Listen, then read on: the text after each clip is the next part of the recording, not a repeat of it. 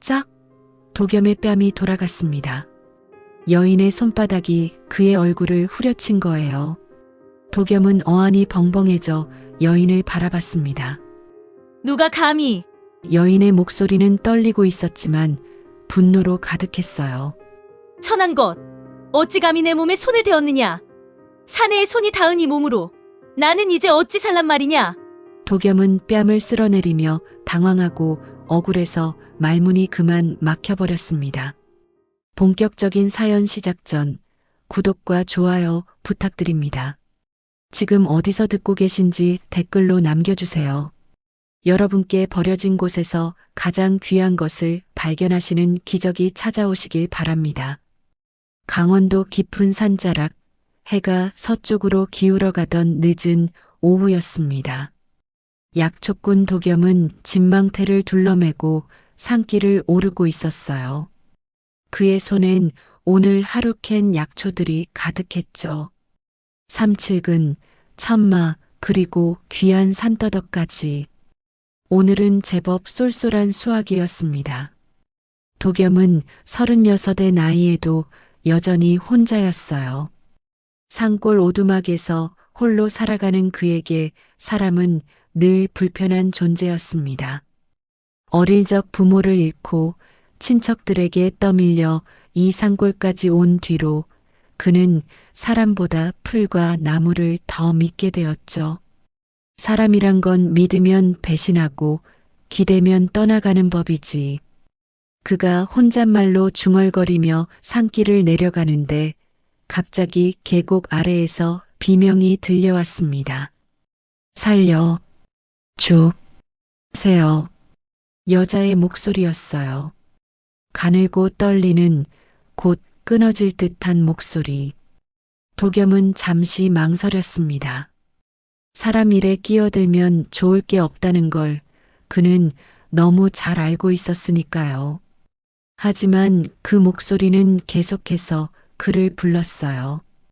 제발, 살려. 도겸은 결국 발걸음을 돌렸습니다. 계곡 쪽으로 급히 내려가던 그의 눈에 돌무더기 곁에 쓰러진 흰 옷의 여인이 보였어요. 소복이었습니다. 과부가 입는 흰 무명옷. 여인의 다리는 퉁퉁 부어올라 검푸른 기운이 번지고 있었어요. 그 옆에는 몸을 틀며 혀를 날름거리는 살무사 한 마리. 도겸은 재빨리 허리춤에 낫을 뽑아 뱀을 내쳤습니다. 하지만 더 급한 건 독이었어요. 여인의 숨은 이미 가늘게 끊어지고 있었습니다. 입술은 파래지고 손끝은 차갑게 식어가고 있었죠.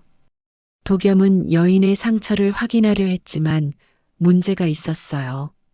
상처는 허벅지 안쪽에 있었고 그러려면 치맛자락을 걷어야 했습니다.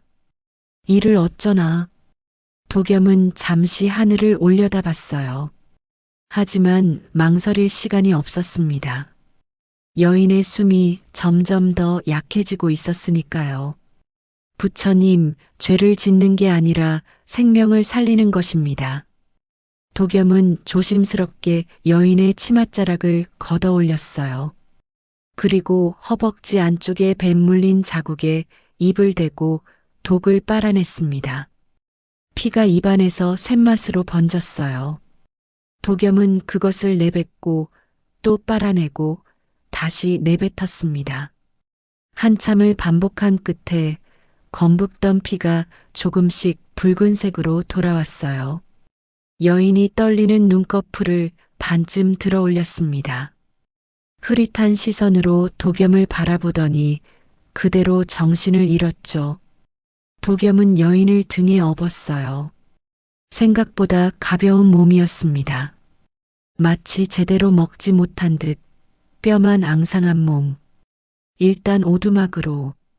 해가 완전히 지기 전에 도겸은 여인을 업고 산길을 올랐습니다. 오두막에 도착한 도겸은 여인을 안방에 눕혔어요. 그리고는 밤새도록 약초를 찧었습니다. 칠엽초와 인진쑥을 섞어 해독탕을 끓이고 독을 뺀 상처에는 황토가루와 약숙을 섞어 발랐죠. 불을 지피고 물수건을 갈아주고 여인의 이마에 손을 얹어 열을 확인했어요. 시간이 흐르면서 여인의 숨소리가 조금씩 안정되었습니다. 새벽녘 창문 너머로 희끄무레한 빛이 들어올 무렵이었어요. 도겸은 부엌에서 죽을 끓이다가 안방에서 들려오는 소리에 귀를 기울였습니다. 여인이 깨어나고 있었어요. 도겸은 조심스럽게 안방 문을 열었습니다. 그리고 여인에게 다가가 물 한 그릇을 건넸죠. 정신이 드셨습니까? 물 한 모금 드시지요. 여인은 천천히 눈을 떴어요. 그리고 자신의 몸을 내려다봤습니다. 무릎까지 올라간 치맛자락, 붕대로 감긴 허벅지, 그리고 눈앞에 낯선 산에 잠시 정적이 흘렀어요. 그리고 다음 순간 짝! 도겸의 뺨이 돌아갔습니다. 여인의 손바닥이 그의 얼굴을 후려친 거예요. 도겸은 어안이 벙벙해져 여인을 바라봤습니다. 누가 감히. 여인의 목소리는 떨리고 있었지만 분노로 가득했어요. 천한 것, 어찌 감히 내 몸에 손을 대었느냐. 사내의 손이 닿은 이 몸으로 나는 이제 어찌 살란 말이냐. 도겸은 뺨을 쓸어내리며 당황해서 말했습니다. 마님, 그게 아니라 독사에 물리셨기에 독을 빼내지 않으면 목숨이 위태로워서 차라리 죽을 것을. 여인은 이를 갈며 울었어요. 진짜 눈물이 주르륵 흘러내렸죠. 죽어야 했는데 이제 나는 어디로도 갈 수 없다. 집도 가족도 명예도 모두 잃었는데 이제 남은 몸마저 더럽혀졌으니. 도겸은 할 말을 잃었습니다. 살려준 게 죄가 되는 세상이 있다니. 여인은 한참을 울다가 눈물을 닦고 도겸을 똑바로 쳐다봤어요. 그 눈빛은 차갑고도 단호했습니다. 천한 손으로 내 몸에 손을 댄 죄. 오늘부터 내가 내 삶을 물어내라. 예. 내가 낳는 동안 이 오두막은 내 것이다. 내 안방도, 내 부엌도, 내 마당도 모두 내 것이야. 너는 헛간으로 가거라. 도겸의 입이 떡 벌어졌어요. 마님. 그건 너무. 싫으면 관가에 가서 말하거라.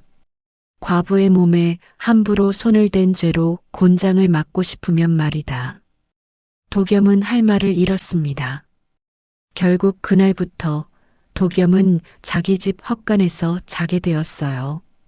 다음 날 아침부터 여인의 명령이 시작되었습니다. 물 데워라. 장작 더 가져와라. 연기 냄새가 밴 이 방은 견딜 수 없다. 볕드는 방으로 옮겨라. 도겸은 묵묵히 따랐어요. 아니, 따를 수밖에 없었습니다. 정말로 관가에 신고당하면 곤란해질 게 자신이었으니까요. 하지만 속으로는 부글부글 끓어올랐죠. 살려준 죄로 내 집에서 쫓겨나다니. 세상에 이런 법이 어디 있나. 차라리 그냥 지나칠 걸 그랬어. 여인은 이름도 말하지 않았어요. 도겸이 물어보면 부르지 말라는 말만 되풀이했죠. 사흘이 지나고 닷새가 지나면서 여인의 상처는 조금씩 나아갔습니다. 붓기도 빠지고 걷는 것도 가능해졌어요. 하지만 여전히 도겸을 부리는 건 계속되었죠. 그런데 이상한 일이 있었어요. 낮에는 도겸이 끓인 밥을 밀치면서도 밤이면 여인은 몰래 부엌으로 내려왔습니다. 도겸이 아침에 끓여둔 죽을 먹는 거예요.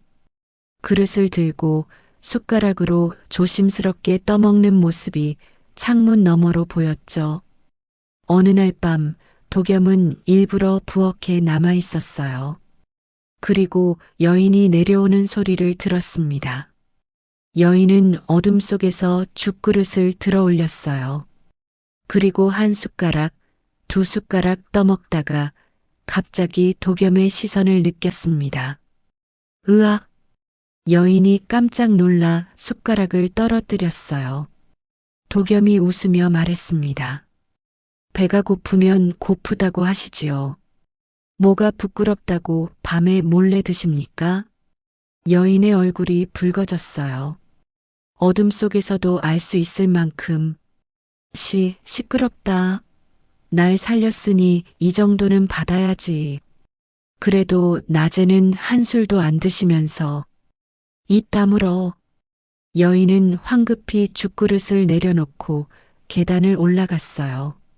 도겸은 그 뒷모습을 보며 피식 웃었습니다. 저 말투며 자존심이며 보통 과부가 아니로구나. 그날 이후로 도겸은 조금씩 여인을 관찰하기 시작했어요. 여인의 손은 곱고 하였습니다. 일을 해본 적 없는 손이었죠. 말투는 경상도도 전라도도 아닌 한양 사투리였어요. 그리고 가끔 무심코 내뱉는 단어들 나졸, 도승지, 관청은 양반집 규수나 할 법한 것들이었습니다. 대체 누구길래 이 깊은 산까지 도망쳐 온 거지? 도겸의 궁금증은 점점 커졌지만 여인은 끝끝내 입을 열지 않았어요.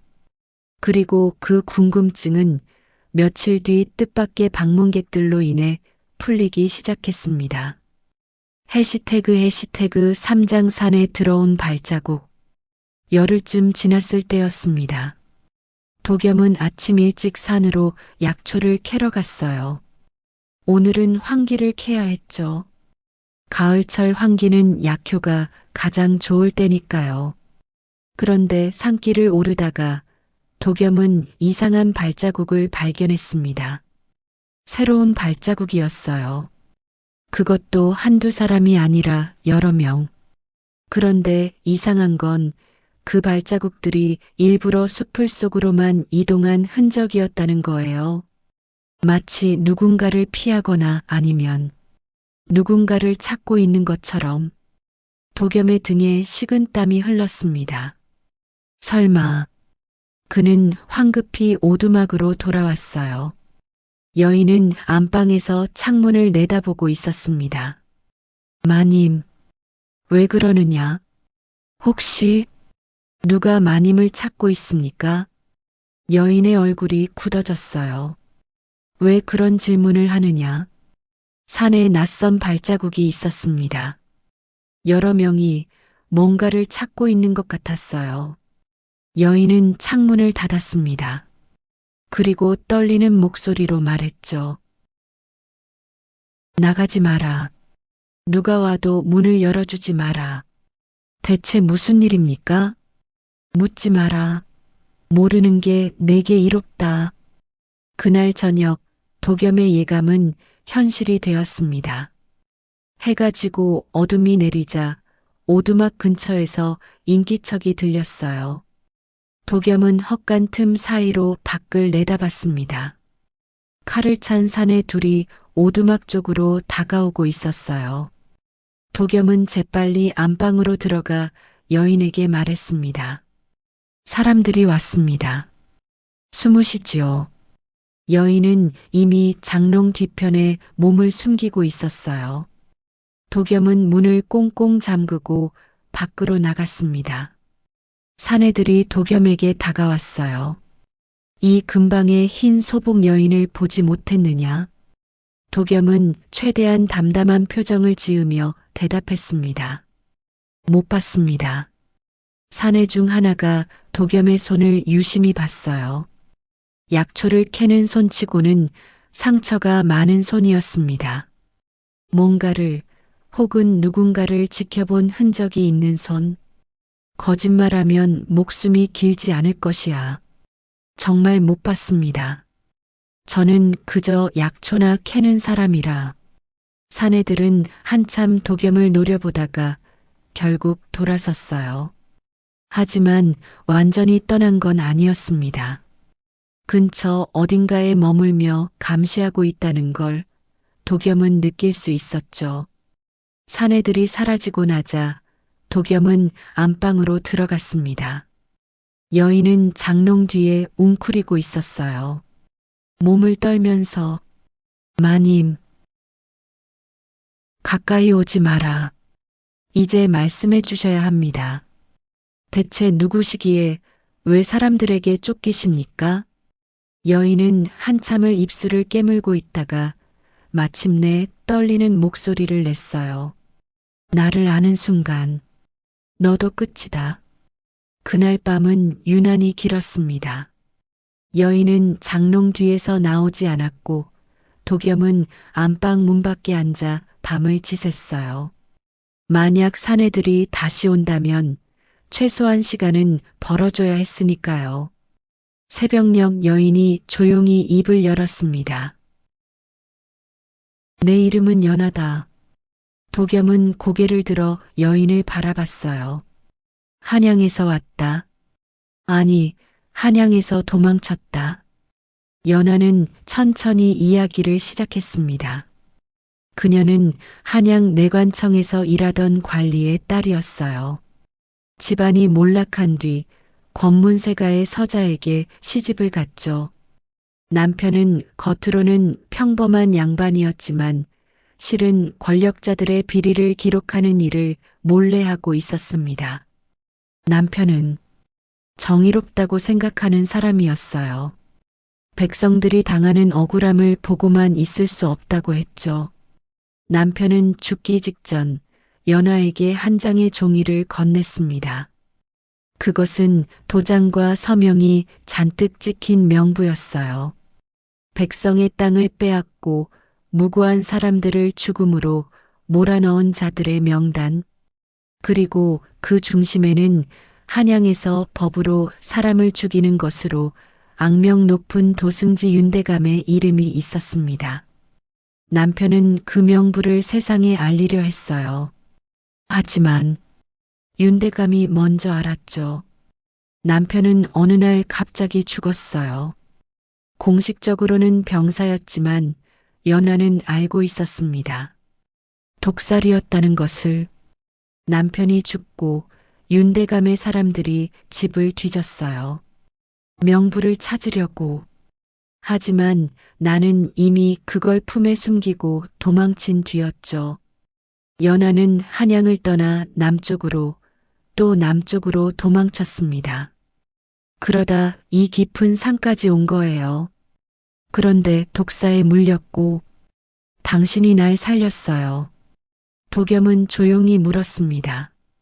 그 명부는 지금 어디 있습니까? 연하는 가슴팍을 움켜쥐었어요. 여기 있어요. 항상 품에 지니고 다녀요. 그 명부가 있으면 알아요. 그 명부를 세상에 내놓으면 많은 사람을 살릴 수 있다는 거. 하지만 연하의 눈에 눈물이 고였습니다. 그 많은 사람을 살리자고 당신까지 죽게 할 순 없어요. 이미 남편을 잃었는데 더 이상은. 도겸은 벽에 기대어 놓았던 낫을 집어들었어요. 그리고 문 앞에 세웠습니다. 마님, 왜 그러십니까? 이미 늦었습니다. 당신을 살린 순간부터 저도 함께 묶인 겁니다. 그게 무슨, 그 사내들이 다시 오면 저도 가만히 있지 않을 겁니다. 그러니 이제 우리는 같은 배를 탄 거예요. 연하는 도겸을 물끄러미 바라봤어요. 그리고 작게 웃었습니다. 처음으로 짓는 미소였죠. 참 이상한 사람이군요. 저도 그렇게 생각합니다. 며칠이 지났습니다. 칼찬 사내들은 여전히 산 근처를 배회하고 있었어요. 도겸은 약초를 캐러 나갈 때마다 그들의 시선을 느낄 수 있었죠. 그러던 어느 날 뜻밖의 방문객이 찾아왔습니다. 도겸이 집에 있나? 산 아래 주막을 운영하는 만서였어요. 도겸과는 오래된 아는 사이였죠. 가끔 약초를 주막에 팔기도 하고 술 한 잔 나눠 마시기도 하는 사이. 도겸은 얼른 밖으로 나가 만서를 맞았습니다. 아니, 만서 형님. 어쩐 일이십니까? 만서는 환하게 웃으며 술 한 병을 내밀었어요. 그냥 오랜만에 얼굴이나 보려고. 요새 산에 안 내려오던데 무슨 일 있나 싶어서. 아, 별일 없습니다. 그냥 약초가 많이 나와서 정신이 없어서요. 만서는 주변을 둘러봤습니다. 그의 시선이 잠깐 안방 창문에 머물렀어요. 그런데 말이야. 산골에 여인이 들었다는 소문을 들었는데 도겸의 심장이 철렁 내려앉았어요. 여인이요? 무슨 소리십니까? 아, 그냥 마을에서 떠도는 소문이라. 흰옷 입은 여인이 이 근방을 지나갔다더라. 혹시 본 적 있나 싶어서. 못 봤습니다. 여긴 사람이 잘 안 오는 곳인데요. 만서는 한참 도겸을 바라보다가 어깨를 툭 쳤어요. 그렇겠지. 내가 괜한 소리를 했나 보구나. 그럼 이 술이나 같이 한잔하자. 아, 저는 오늘. 뭐가 바빠? 잠깐이면 되는데. 결국 도겸은 만서와 함께 마당에 앉아 술을 마셨어요. 하지만 마음은 편치 않았습니다. 만서의 시선이 자꾸만 안방 쪽을 향하고 있었으니까요. 술 몇 잔을 나눈 뒤 만서가 일어났습니다. 그럼 난 이만 가봐야겠다. 주막에 손님이 있어서. 예, 조심히 가십시오. 만서가 산길을 내려가는 뒷모습을 보며 도겸은 불안한 예감을 떨쳐낼 수 없었어요. 그날 밤 도겸의 예감은 맞아떨어졌습니다. 한밤중 도겸은 헛간에서 잠을 자다가 인기척에 잠이 깼어요. 문틈 사이로 밖을 내다보니 누군가 오두막 뒤편으로 몰래 이동하고 있었습니다. 달빛 아래 드러난 그 사람의 얼굴. 만서였어요. 만서는 오두막 뒤편 언덕으로 올라가더니 품에서 횃불을 꺼냈습니다. 그리고 그것을 높이 들어 좌우로 흔들었어요. 신호였습니다. 도겸의 머릿속이 하얘졌어요. 배신이다. 도겸은 재빨리 헛간을 나와 안방으로 달려갔습니다. 마님, 일어나십시오. 연하는 잠결에 눈을 떴어요. 무슨 일? 도망쳐야 합니다. 지금 당장. 뭐라고요? 신호를 봤어요. 곧 사람들이 올 겁니다. 연하의 얼굴이 하얘졌어요. 그녀는 재빨리 옷을 챙겨 입고 도겸을 따라 나섰습니다. 그런데 이미 늦었어요. 오두막 앞쪽에서 횃불 불빛이 보였습니다. 여러 개의 횃불이 산길을 올라오고 있었어요. 뒷문으로. 도겸과 연하는 오두막 뒷문으로 빠져나갔습니다. 하지만 뒷길에도 사람들이 있었어요. 만서였죠. 여기 있었구나. 만서의 얼굴에는 미안함도 죄책감도 없었어요. 그저 일을 끝내야 한다는 표정뿐. 만서 형님, 왜 이러십니까? 미안하다, 도겸아. 나도 먹고 살아야 해서. 뭐라고요? 윤대감 쪽에서 큰 돈을 걸었어. 그 여인을 찾아내면 은자 100냥을 준다고. 100냥이야. 평생 주막해도 못 보는 돈이지. 도겸은 주먹을 불끈 쥐었어요. 그래서 사람을 팔아넘기십니까? 팔아넘긴다니. 나쁘게 말하지 마. 그냥 있을 곳으로 돌려보내는 거야. 그때 앞쪽에서 칼찬 사내들이 나타났습니다. 도겸이 며칠 전 봤던 그 사내들이었어요. 수고했다, 만서. 돈은요? 여인을 확인하고 주지. 사내들이 칼을 뽑아 들었습니다. 달빛에 칼날이 차갑게 빛났어요. 여인, 얌전히 따라오시오. 그럼 목숨은 살려주겠소. 연하는 도겸의 뒤에 서서 떨고 있었어요. 도겸은 낫을 들어 사내들을 향해 겨눴습니다. 마님을 건드리려면 저부터 베고 가시오. 우습군. 약초꾼 주제에 칼을 맞겠다고? 사내가 칼을 휘둘렀어요. 도겸은 재빨리 낫으로 막아냈지만 손에 힘이 빠지는 게 느껴졌습니다. 이길 수 없어. 그때 연하가 도겸의 팔을 잡았어요. 도겸, 마님, 제 뒤에 계시지요. 아니에요. 이제 그만해요. 뭐라고요? 연하는 조용히 말했습니다. 내가 따라가면 되는 거잖아요. 그럼 당신은 살 수 있어요. 마님, 이게 내가 당신한테 할 수 있는 책임이에요. 연하는 도겸의 손을 뿌리치고 앞으로 걸어나가려 했어요. 하지만 도겸이 그녀의 손목을 세게 붙잡았습니다. 안 됩니다. 왜요? 당신은 이미 충분히 했어요. 이젠 책임이란 건 말이죠. 도겸이 연하를 똑바로 바라보며 말했어요. 혼자 떠맡는 게 아니라 같이 버티는 겁니다. 사내들이 다가왔습니다. 도겸은 연하의 손을 꽉 잡고 재빨리 주변을 둘러봤어요. 도망칠 길은 없었습니다. 앞에도 뒤에도 사람들이 가득했으니까요. 그때 도겸의 눈에 뭔가가 들어왔어요. 오두막 옆에 있는 작은 저장굴. 그곳에는 도겸이 약초를 말릴 때 쓰는 석회가루와 숯가루가 보관되어 있었습니다. 그거다. 마님, 저를 믿으십시오. 도겸은 연하를 끌고 저장굴 쪽으로 달렸어요. 사내들이 뒤쫓아왔습니다. 도망치지 마라. 도겸과 연하는 저장굴 안으로 들어갔어요. 좁고 어두운 굴이었지만 도겸은 이곳의 구조를 눈 감고도 알 수 있었죠.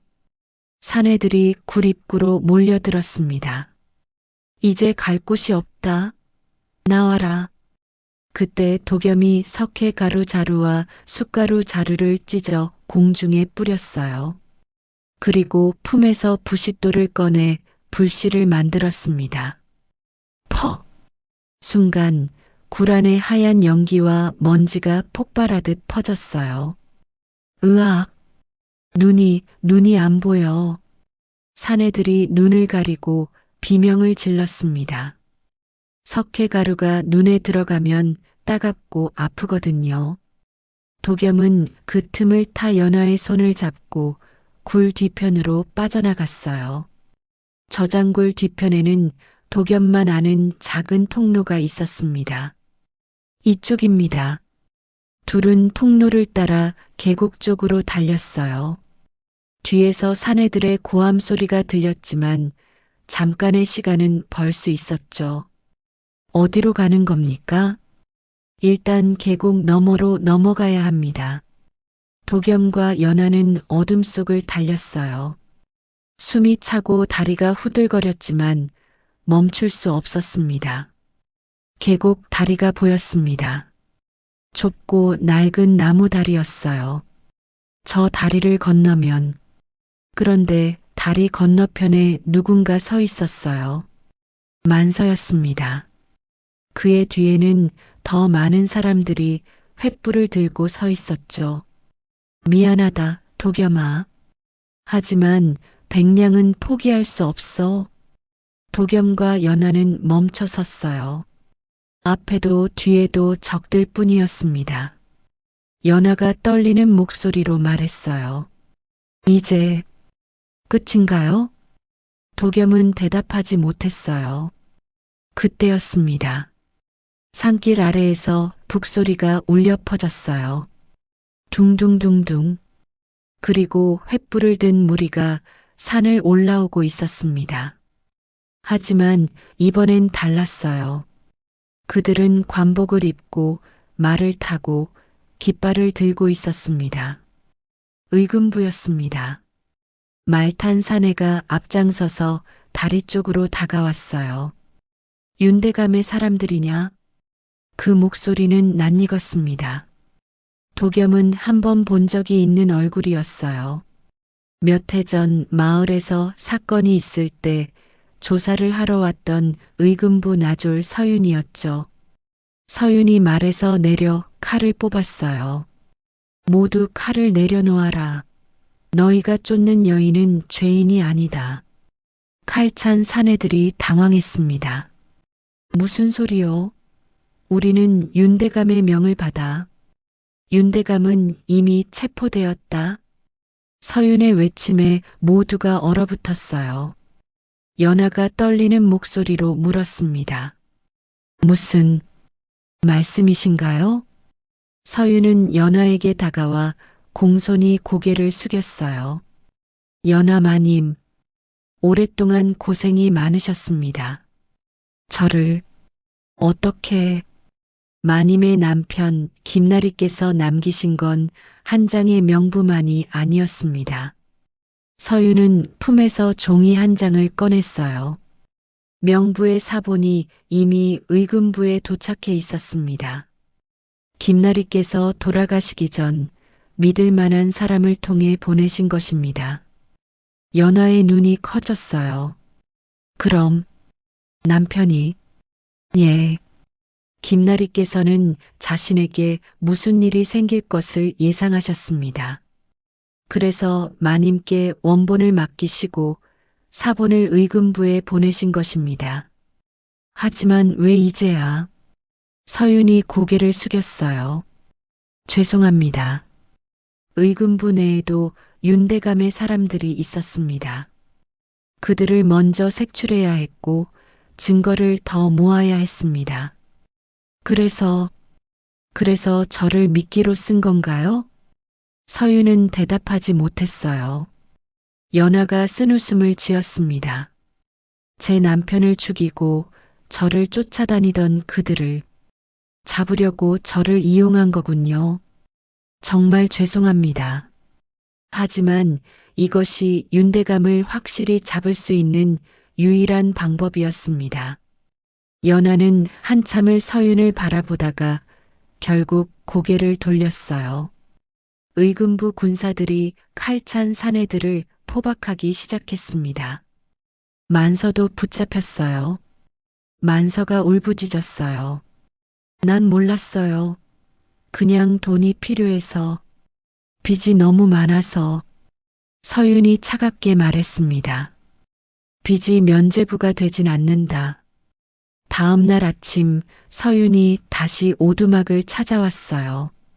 연하는 마당에 앉아 멍하니 하늘을 바라보고 있었습니다. 마님, 무슨 일이십니까? 한양으로 돌아가실 준비를 하십시오.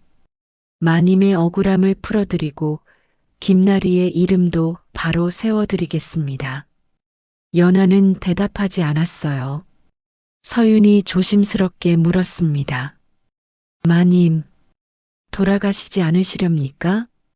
돌아가면 뭐가 달라지나요? 마님께서는 당당히 사실 수 있습니다. 누명도 벗으시고 비단방에 앉아서 누군가의 눈치를 보며 과부의 삶을 사는 게 당당한 건가요? 서윤은 할 말을 잃었어요. 연하가 일어나서 오두막을 바라봤습니다. 저는 다시 그런 삶으로 돌아갈 자신이 없어요. 하지만 마님, 여기선 제가 숨을 쉴 수 있어요. 제 의지로. 서윤은 한참을 연하를 바라보다가 결국 고개를 숙였어요. 알겠습니다. 마님의 뜻을 따르겠습니다. 서윤이 떠난 뒤 도겸이 조심스럽게 다가왔습니다. 정말 안 돌아가십니까? 연하가 웃었어요. 어디가 집인지 모르겠어요. 한양이 집인가요? 아니면 그럼 어디가 집이십니까? 연하는 오두막을 바라보며 대답했어요. 제가 숨쉬는 곳이 집이에요. 도겸이 피식 웃었습니다. 그럼 이 오두막은 여전히 마님 것입니까? 연하가 도겸을 돌아보며 미소 지었어요. 처음으로 짓는 진짜 미소였습니다. 이제는 우리 것인 것 같아요. 계절이 한 바퀴 돌아 다시 가을이 왔습니다. 오두막 마당에는 약초들이 햇볕에 널려 말라가고 있었어요. 도겸은 여전히 산에서 약초를 캐고 연하는 그것을 다듬고 말리는 일을 도왔습니다. 연하는 더 이상 소복을 입지 않았어요. 대신 무명옷을 입고 머리를 따 올렸죠. 이제는 양반집 교수가 아니라 산골의 약초꾼 아내였습니다. 어느 날 저녁 둘은 마당에 앉아 차를 마시고 있었어요. 도겸, 예, 마님. 아직도 저를 마님이라고 부르는군요. 습관이 되어서. 연하가 웃었어요. 이제 그만 부르세요. 저는 더 이상 마님이 아니니까요. 그럼 뭐라고 부를까요? 그냥 연하라고 불러주세요. 도겸이 잠시 망설이다가 조심스럽게 말했습니다. 연하. 네. 어색하네요. 둘은 마주보며 웃었어요. 그때 산 아래에서 누군가 올라오는 소리가 들렸습니다. 도겸이 경계하며 일어섰지만 이번에는 칼찬 사내가 아니었어요. 마을 사람이었습니다. 약초꾼 나리, 저희 아이가 열이 나는데 약을 좀 지어주실 수 있습니까? 도겸이 고개를 끄덕였어요. 물론입니다. 들어오시지요. 마을 사람이 아이를 업고 오두막으로 들어왔습니다. 연하는 물을 끓이고 도겸은 약초를 찧었어요. 아이의 열을 재고 약을 지어주고 먹이는 방법을 알려줬습니다. 마을 사람은 감사 인사를 여러 번 하고 돌아갔어요. 그 모습을 보며 연하가 말했습니다. 우리가 사람들을 살리고 있네요. 예. 남편이 바랐던 게 이런 거였을까요? 권력자들을 벌하는 것보다 그냥 눈앞의 사람 하나를 살리는 것. 도겸이 조용히 대답했어요. 둘 다 중요한 것 같습니다. 큰 악을 벌하는 것도 작은 생명을 살리는 것도.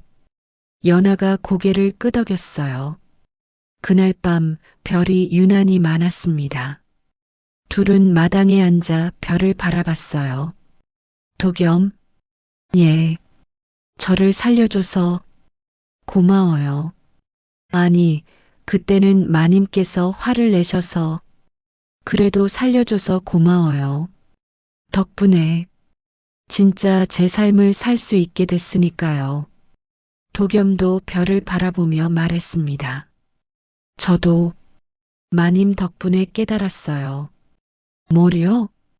책임이란 게 무엇인지. 연하가 물었어요. 그게 뭔가요? 도겸이 대답했습니다. 혼자 떠안는 게 아니라 같이 버티는 것. 그게 책임이더라고요. 연하는 도겸의 손을 잡았어요. 따뜻한 손이었습니다. 그럼 우리 계속 같이 버텨요. 예, 그러지요. 산골에는 바람이 불어왔어요. 약초 냄새와 흙 냄새가 섞인 가을 산의 바람. 그 바람 속에서 도겸과 연하는 서로의 손을 꽉 잡고 있었습니다. 더 이상 주인과 손님이 아니라 서로를 살린 사람으로, 더 이상 약초꾼과 양반집 과부가 아니라 그저 함께 살아가는 두 사람으로. 그로부터 몇 해가 지나 산 아래 마을 사람들은 이렇게 말했다고 합니다. 그 여인은 한양에서 온 양반 과부였다지만 진짜 정체는 달랐다네. 세상의 잔인함과 맞서 싸우고 한 사람의 목숨을 끝까지 지켜낸 사람. 그리고 지금은 산골에서 약초를 캐며 사람들을 살리는 사람이 되었다지. 그리고 덧붙였죠. 그 약초꾼도 참 이상한 사람이야. 과부를 살렸다고 평생을 책임지다니. 하지만 둘이 참 잘 어울려. 마치 처음부터 함께였던 것처럼. 오두막에서는 여전히 약초 냄새가 났고 마당에는 약초들이 말라가고 있었습니다. 그리고 그곳에서 도겸과 연하는 오늘도 함께 살아가고 있었어요. 서로를 살린 사람으로, 같이 버티기로 한 사람으로.